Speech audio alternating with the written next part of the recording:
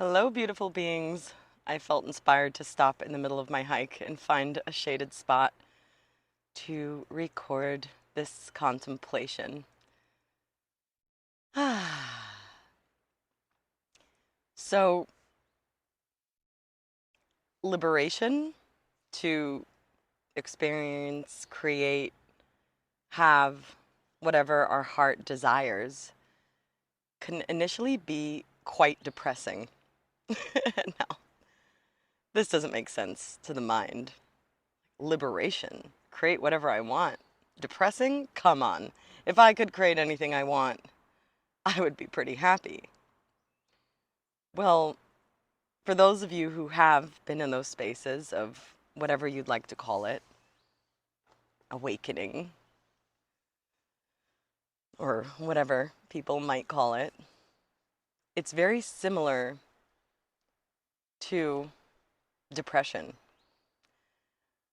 That's why dark night of the soul, an ascension, whatever you want to call it, whatever these words mean, you know what what I mean? Like, it's like they weave together.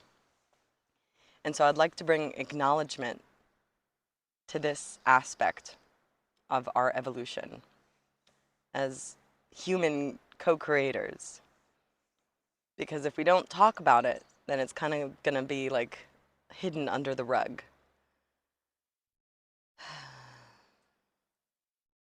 So why or how is liberation depressing? Because if we're all liberated to create whatever it is we wish to experience, it can almost lack a sense of purpose, an experience of having meaning that's ultimately true. And when everybody has the ability to create whatever experience they wish, there's also a lot of grief that comes up. Well, what about those people who are suffering in what they're co-creating? What about that video I just saw? What do you mean we can create whatever we want? Before I create anything I want, I better go tend to those creations where people are suffering. And that can be a loop where grief comes up, where, oh my God, I cannot change other people's experience if they're in their experience, having their evolutionary process experience. So to make it a little less depressing is that as we do begin to create from our high heart, what I like to call it, it's like a higher experience of what we know to be our heart. Sometimes our heart can be like, I love this person, I'm in love, I love my mother. It's like this painful love, but when I mention high heart, it's kind of like the the all-seeing eye heart, the heart of the higher self or the heart of the soul. There are many ways to experience this experience of a high heart, but we won't get into that now. What I'd like to continue contemplating and exploring with you is if we were to create and follow our high heart's desire and wishes, it does ripple. It serves as inspiration and it serves as a pathway to the quantum field, to the collective grid, even if we don't have direct knowing cause and effect of how that ripple affected. Did you ever notice that when you do something kind for yourself or let go, all of a sudden there's good news in the field? Because we are always interconnected and interwoven. And so when we're in these states of liberation, anything is possible, it can be really depressing. And when it is really depressing, we might be very hard on ourselves. It might bring in guilt and shame. Oh, I have all this power, I have all this capacity, and I'm doing nothing. So these awakening, liberated states, it comes with a lot of whatever you want to call it. shadow work, depression, grief, they come hand in hand. And if we bypass that polar opposite energy of the enlightenment, of the woke state, of the love, that thinking that we're only going to reach up, up, up, up, up, we're going to crash. And then go into blame, shame, guilt. And so when we go downward, it actually creates a really healthy root system. It's like anything that grows, it grows roots, equal roots. And in the roots, it needs to be dark, cold soil. Actually, I think if you take roots and just put them in the sun, they might burn out. And so what I'm witnessing in the collective is it's almost like every experience, creation, co-creation is having these like peak experiences, these like last cries of like, I am the realest one, or I need the most attention. And this could be very unfriendly to the mind, especially with AI and these like amazing things coming out and these horrible things happening. And when it's unfriendly to the mind, what happens is the mind collapses into the heart. I'm not the only one saying this. It's been inspired by many teachers who I deeply, deeply am grateful for, and mentors that gave the okay for this mind collapse to occur into the high heart. It doesn't make sense to the mind. How can it all be equally true? How can it all be equally real? How can it all be happening simultaneously? Why? The answers do not come to the mind. It's not the mind's job to figure truth out. When the mind collapses, we begin to identify with a different version of navigating life, the heart brain, which navigates through sensation, feeling. It's not cause and effect based. If everything had one cause and one effect, we would be extremely stagnant as a human body. So how do we deal with all this? I mean, even when there's no cause and effect, it's like, what? I have pain right now in my wrist, and this means that it's healing to me, but to you it means there's an issue. Like, we can even interpret sensation of what our body or our heart is experiencing in different ways. So even this can go into a deeper dark night of the soul of like, oh my God, I don't know what's real anymore. I don't know what the meaning is. I don't know what my purpose is. It's all equally true. It's pointless. Because so much of our purpose was based on resentment, rejection.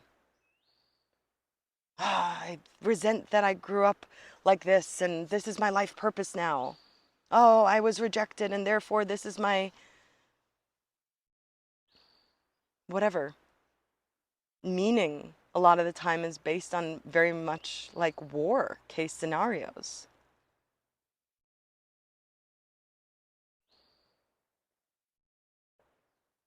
So let's be gentle with that alone.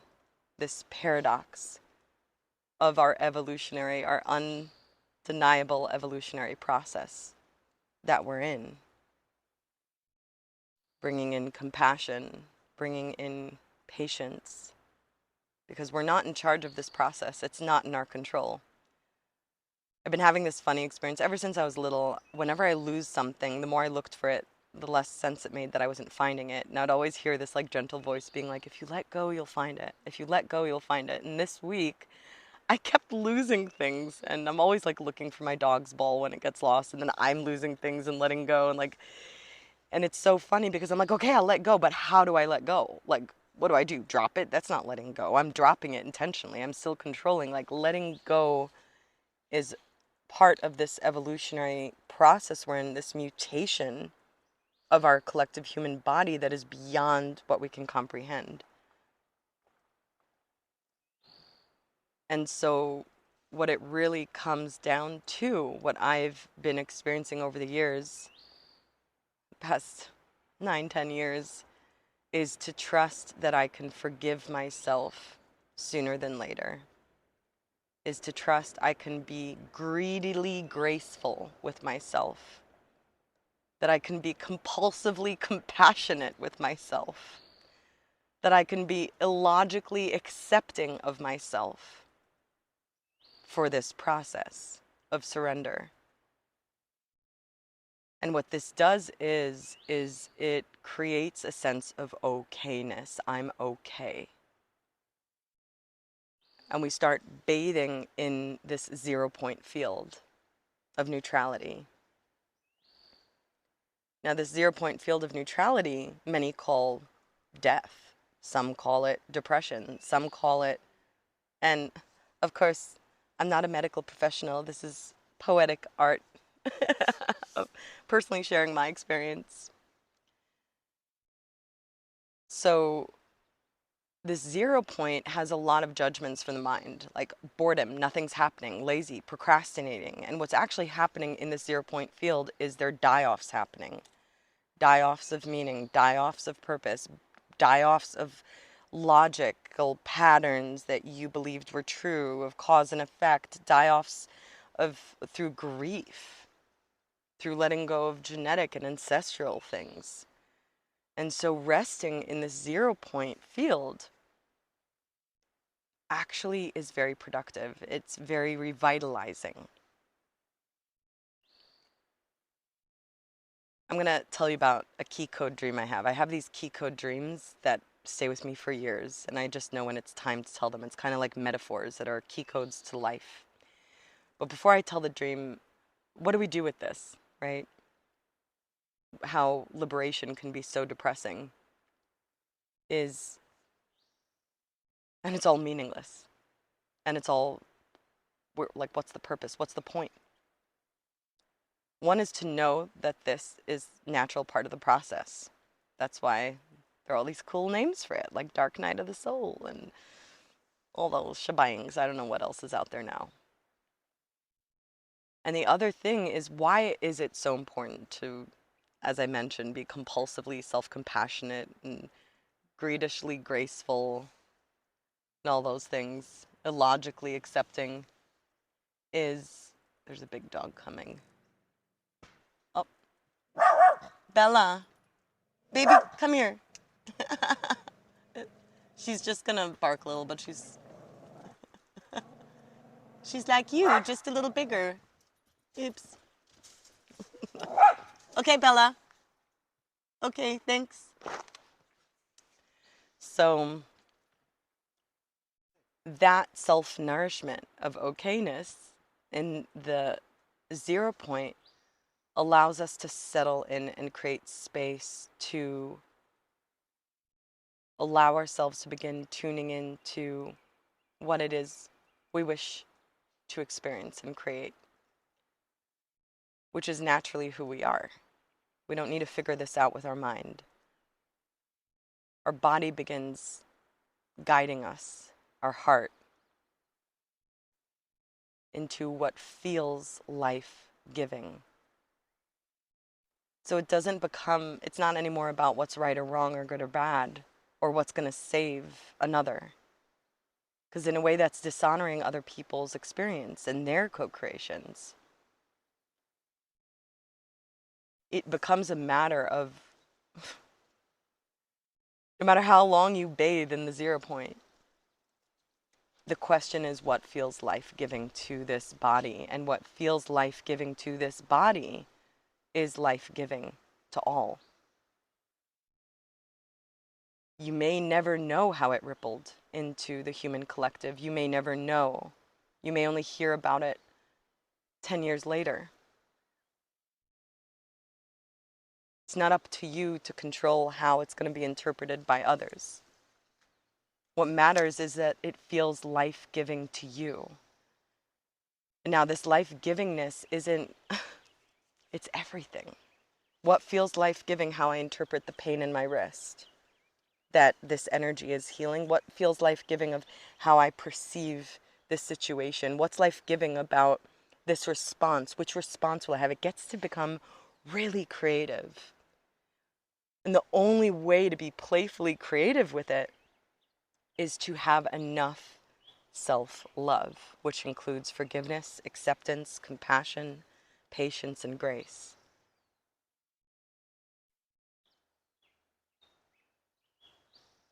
Without needing to control, without needing to fix, without needing any validation. It becomes this deep confirmation of I am life. I am life no matter what. I am an aspect of life. I am a particle of life. I matter. I am part of the collective body. Even if I disappear, we're all woven together. We're in this experience because the source broke into infinite potentials. This isn't so awesome that I can say this now and know that I don't need to like feel crazy about it, because now it's becoming more and more popular. So it's like we're in this experience and we're a part of that source. We're a part of that one. We are that. And so I want to tell you about the dream, okay? It's a really weird dream, a little gruesome, but there's something in it as like a metaphor. Treat it like a metaphor.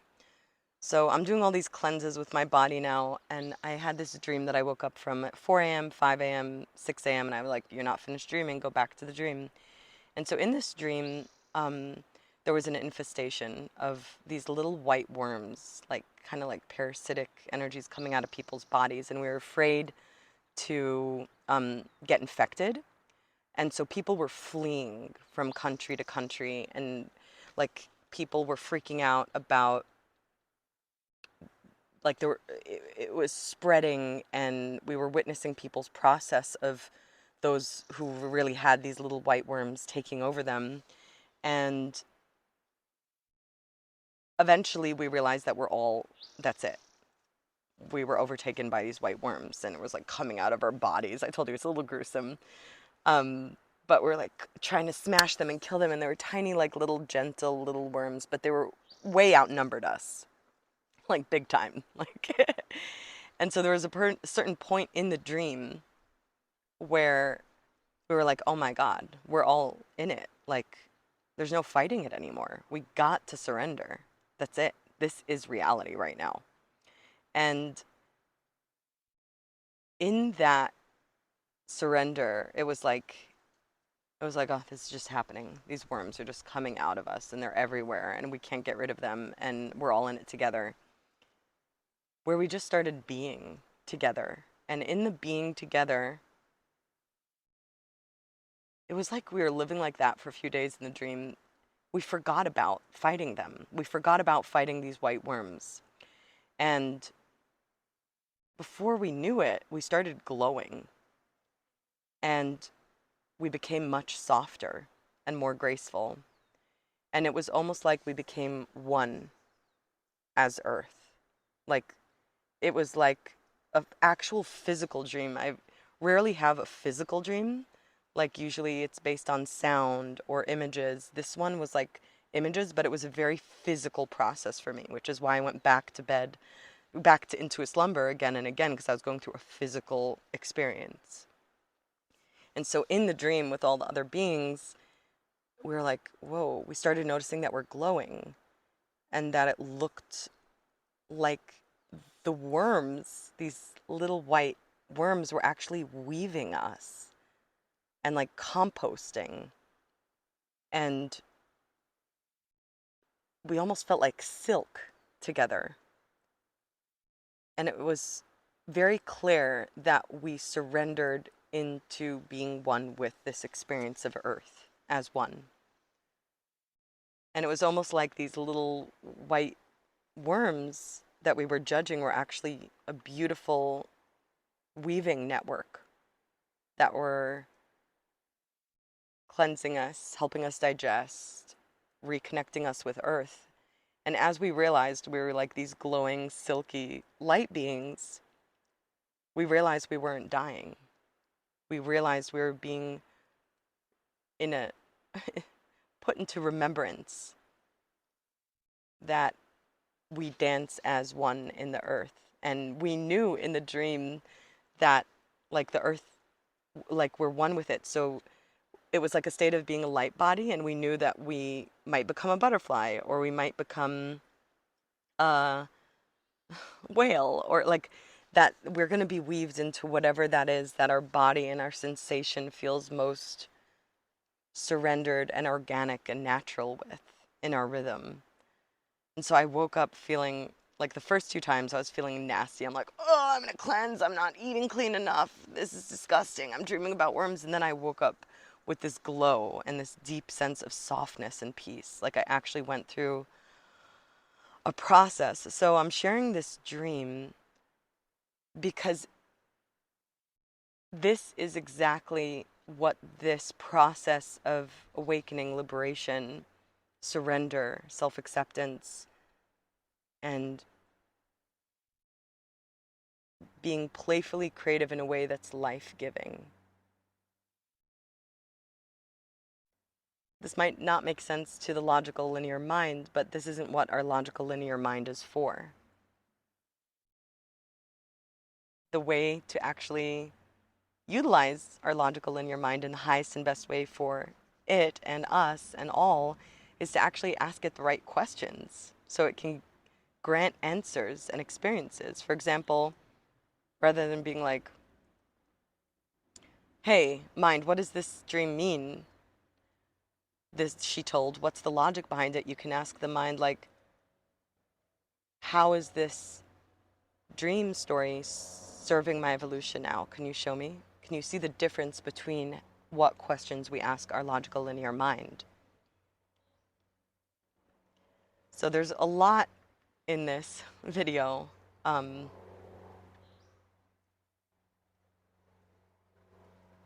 also nothing.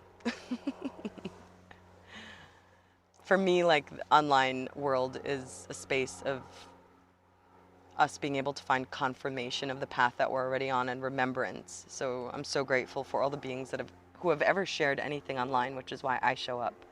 Because actually through online, I was able to find resonance and harmony when it wasn't in my near surrounding.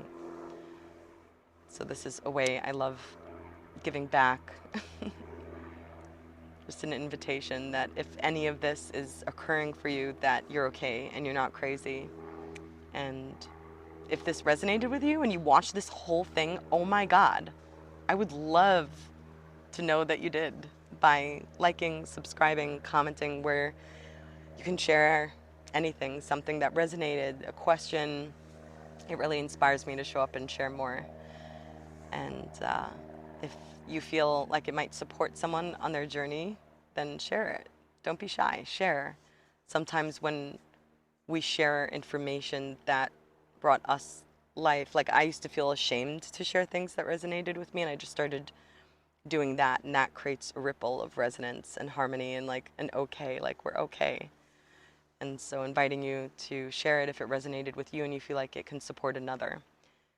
And so yeah, basically that's that. I'm still cooking and pregnant with all these things birthing out of me. I've been journeying with people on playful pathways, adventures, and it's been amazing. It's basically coming into remembrance through play, through the practice of play, playing with our perspective, our perceptions, our powers, our pain. We can play with all of it.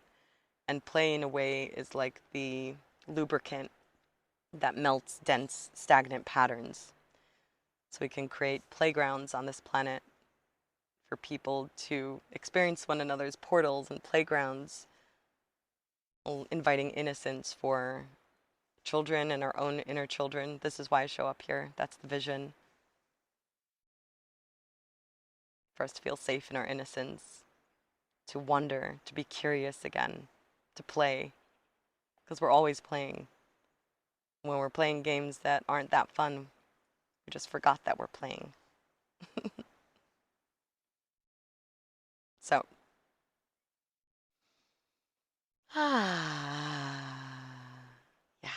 A butterfly. Okay.